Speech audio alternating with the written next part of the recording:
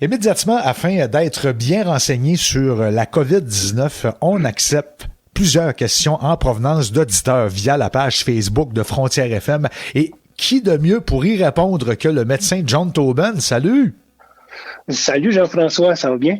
Ça va super bien. Encore une fois, John, on ne te dira jamais assez merci pour tout ce que tu fais pour l'équipe de Frontières, pour les auditeurs également. Mais écoute, merci beaucoup, mais qui de mieux pour répondre? Je suis pas sûr que c'est moi qui est le mieux ou le meilleur, mais je vais faire mon possible pour tout répondre. Là.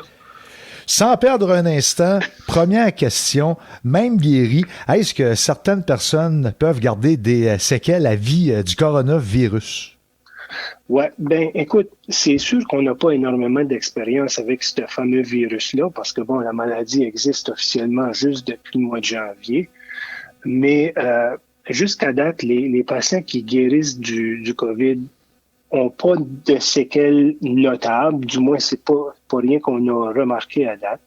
Je sais que ta question parlait de syndrome de détresse respiratoire. À ce que je sache, on n'a pas de maladie pulmonaire qui va rester une fois la maladie guérie. Si on parle de syndrome de détresse respiratoire aiguë, ben ça c'est sûr que c'est notre complication ultime, la plus importante, la plus sévère, la plus sérieuse à traiter. On est en train de mettre en place les protocoles de traitement pour ces patients-là. Puis on espère, si jamais qu'on a cette clientèle-là, de pouvoir sauver le plus de monde possible du syndrome de détresse respiratoire. Mais pour l'instant, écoute, on fait notre possible, puis on va de l'avant avec ça. Mais pour répondre directement à la question, on n'a pas de l'air d'avoir de séquelles qui vont rester de ça.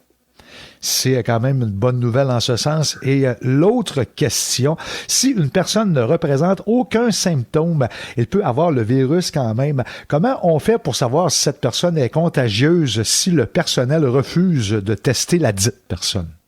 Bon, ben, comment qu'on fait pour savoir si on est infecté? Ben, c'est ça le problème. Si on n'a pas de symptômes, on ne sait pas si on est infecté. Qu'est-ce qui arrive, c'est que ce virus-là a tendance, puis j'appelle ça des scénarios possibles, là, mais il y a un scénario où ce que le patient peut être contagieux avant, quelques jours avant de développer ses symptômes de maladie, avant de commencer à tousser, avant de faire de la fièvre. On parle de peut-être 2 ou 3 jours avant que les symptômes officiels se manifestent ou le patient pourrait être contagieux. Ça, c'est un des scénarios.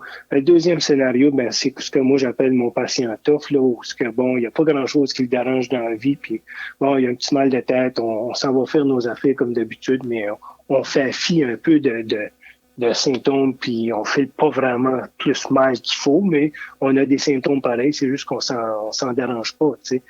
Ça fait qu'évidemment, ce patient-là peut être contagieux lui aussi.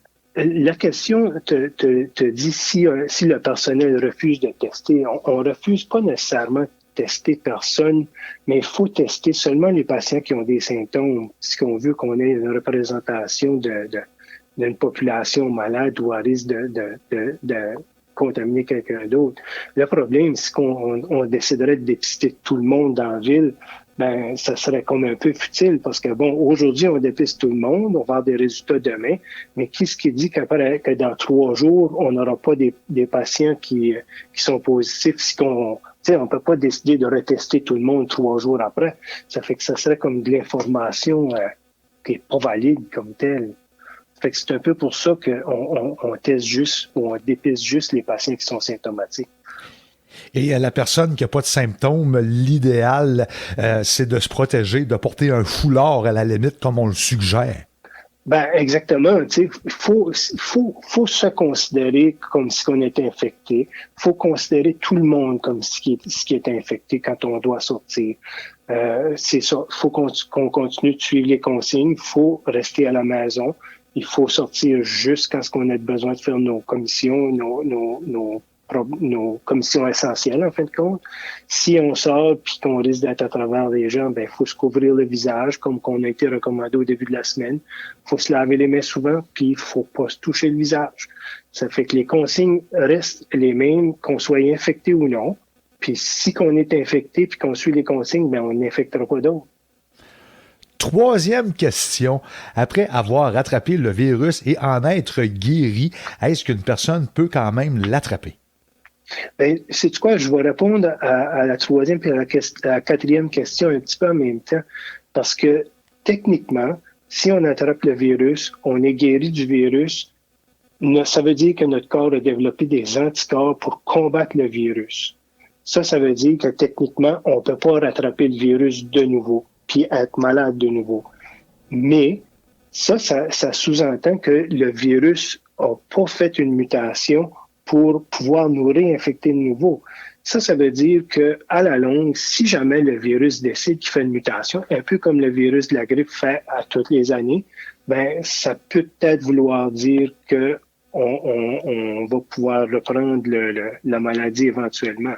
Mais jusqu'à date, il n'y a pas vraiment de preuve que le virus va muter ou qu'il s'apprête à muter.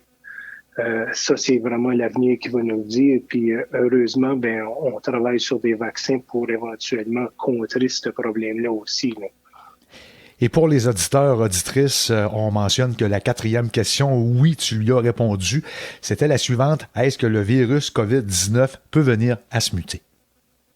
Oui, c'est ça. Comme je dis, c'est toujours une possibilité. C'est une réponse qu'on n'a pas tout de suite. C'est une réponse qui va venir avec le temps. Puis, évidemment, on se croise les doigts. On espère que non. On se croise les doigts, puis on espère qu'à un moment donné, ce virus-là va s'en aller tout simplement, un peu comme le SRAS a fait quelques années passées. C'est un peu, le coronavirus, c'est un peu une race à part comme virus, puis il fonctionne un peu bizarre. Il donne des réactions immunitaires assez importantes, assez imprévisibles en plus de ça. Ça fait que si on peut s'en débarrasser une fois pour toutes puis qu'ils ne reviennent pas nous tanner, tout le monde va être content, je pense. Entre-temps, on invite les gens à continuer à poser leurs questions sur la page Facebook de Frontières FM. Hein? On ose imaginer qu'on aura des questions très, très, très intéressantes d'ici les prochains jours. C'est ça, on a toujours des belles questions.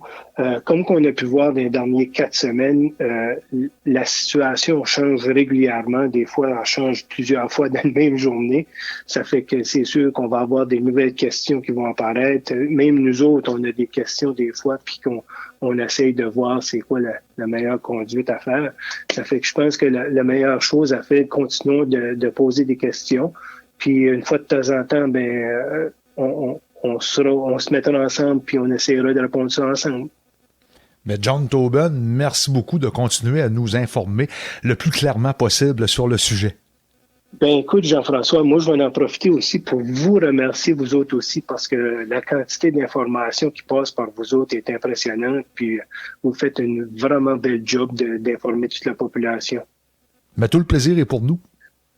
Écoute, on se dit à la prochaine dans ce cas-là. Certain.